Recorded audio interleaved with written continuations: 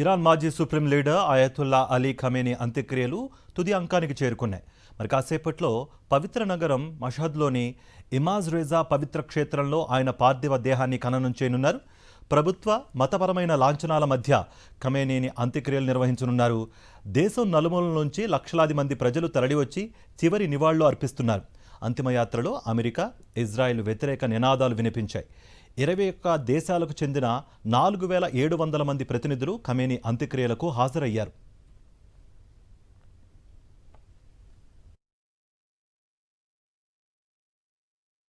గత వారం రోజులుగా ఖమేనీ అంతిమ యాత్ర జరుగుతోంది.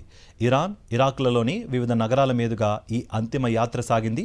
ఈ మార్గాల్లో భారీ సంఖ్యలో తరలివచ్చిన ప్రజలు తమ నేతకు అంతిమ వీడ్కోలు పలికారు.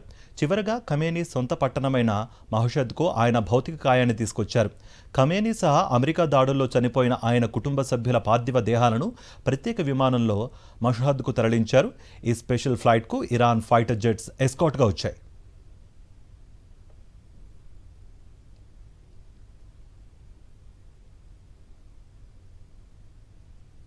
ఖమేనీ అంత్యక్రియల వేళ అమెరికా దాడులు కలకలం రేపాయి.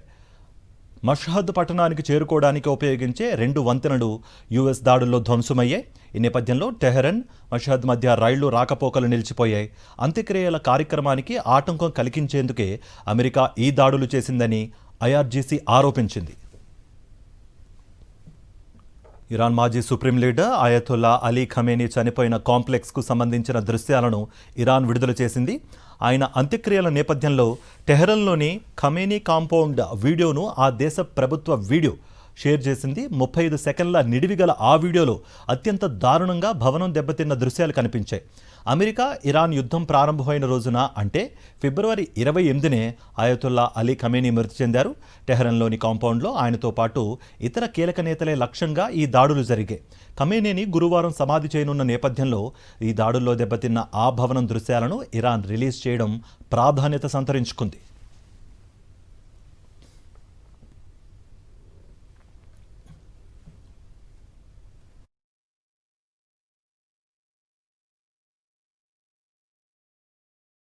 మరిన్ని అప్డేట్స్ కోసం ఛానల్ను సబ్స్క్రైబ్ చేయండి. నోటిఫికేషన్స్ కోసం బెల్ ఐకాన్ పై క్లిక్ చేయండి.